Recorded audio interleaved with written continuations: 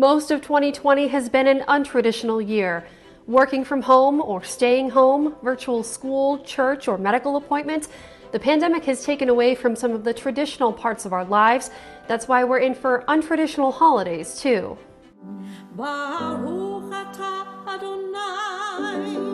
But once in a while, the pandemic has actually allowed us to do something that we feel really good about. To Rabbi Jeffrey Goldwasser, that something is continuing to provide Cranston's Temple Sinai with a way to attend services all year long, even if it's from a computer. I'm going to ask that you please keep yourself muted throughout the service.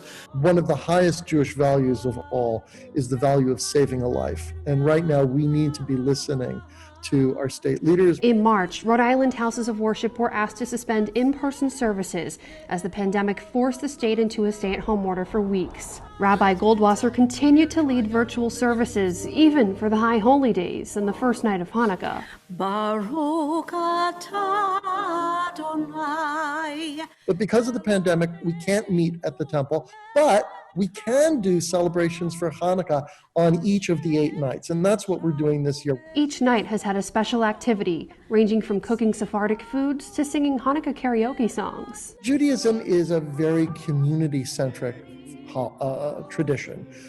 We celebrate all of our holidays and festivals by people coming together. So the pandemic has been a real challenge for us, and it's been very difficult for us. But we found that this technology of web-based meeting software has really created a possibility for us to at least have the feeling of being a community together.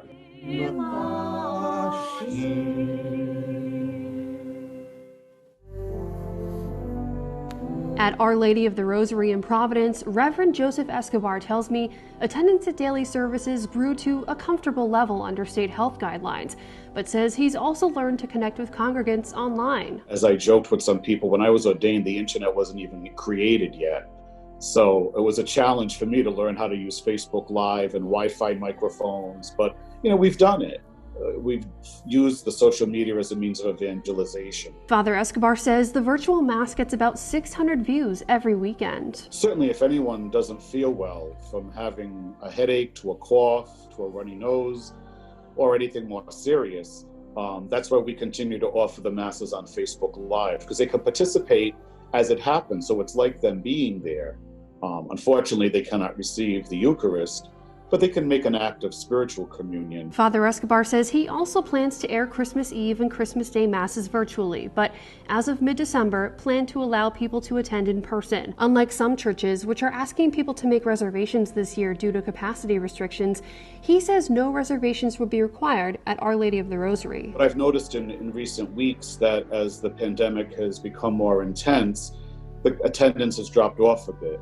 So I'm anticipating a lower attendance than in years past, but hopefully, a good participation both in church and virtually. Father ESCOBAR urges his congregation time again to stay home if they're feeling sick. God certainly understands what's in their hearts. And, God gave us common sense. So we need to do what's best, for our own health and to protect the people around us. But he says even those who do attend in person won't experience the same Christmas Mass they're accustomed to. We usually have the children participate in a nativity scene, which we won't be having this year. And before the midnight Mass, we usually have a concert of Christmas music by the choir, which we won't be having this year. So everything is definitely going to be simplified because of the pandemic. But the reality of what we're celebrating remains the same. But sometimes simpler can be just as special. Just ask Rhode Island Department of Health's medical director, Dr. James McDonald. So my Christmas tree is right behind me, the Dickens Village right here. Those things haven't changed, but in the McDonald family, we're looking at some different traditions. In other words, it's going to be a simpler Christmas this year. Those different traditions include attending church. He and his family have been attending virtually for much of 2020. We've actually found it very enjoyable just to do church as a family from our home. It's still the same church.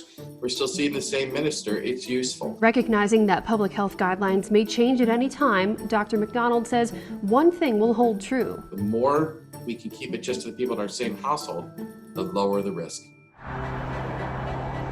AAA projections indicate fewer Americans will travel for the holidays this year. According to AAA, from December 23rd through January 3rd, as many as 84.5 million plan to travel 50 miles or more from home, a decline of 29%. And overwhelmingly, they will travel by car.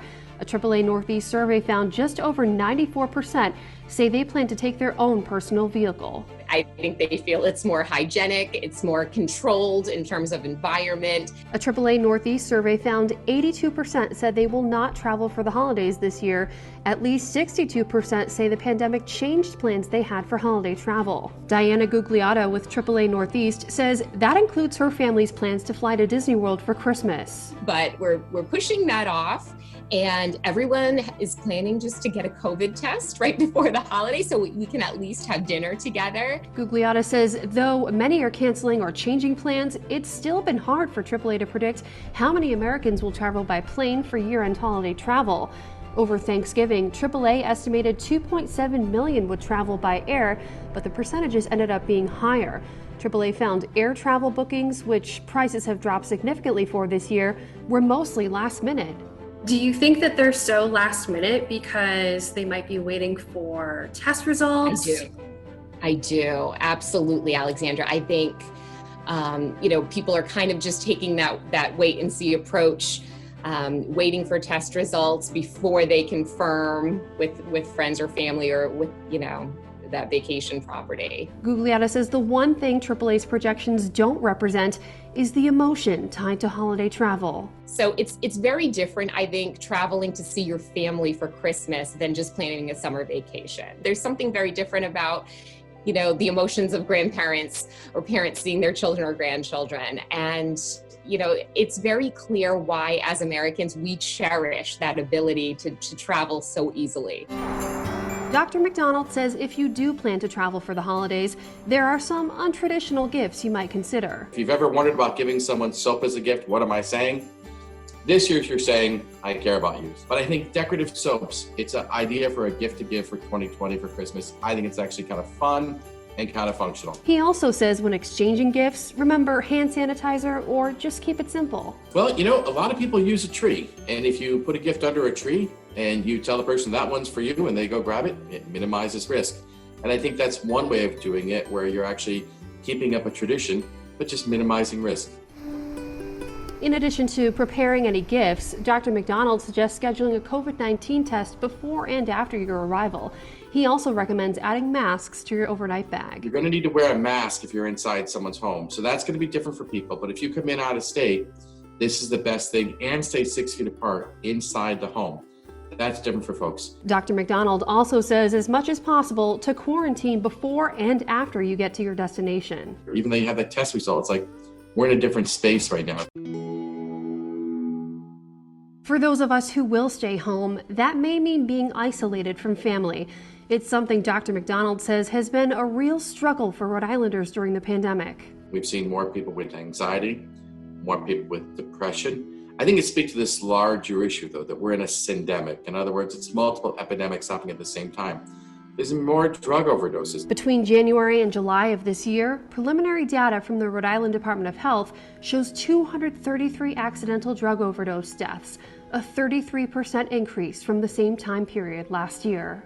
I think other things to think about is if you know a loved one who's struggling with opioid use disorder, for example, we have resources for folks on preventoverdose.org. Let's just avail ourselves to those resources. He says staying home, connecting via technology, and avoiding large holiday gatherings are the safest things to do.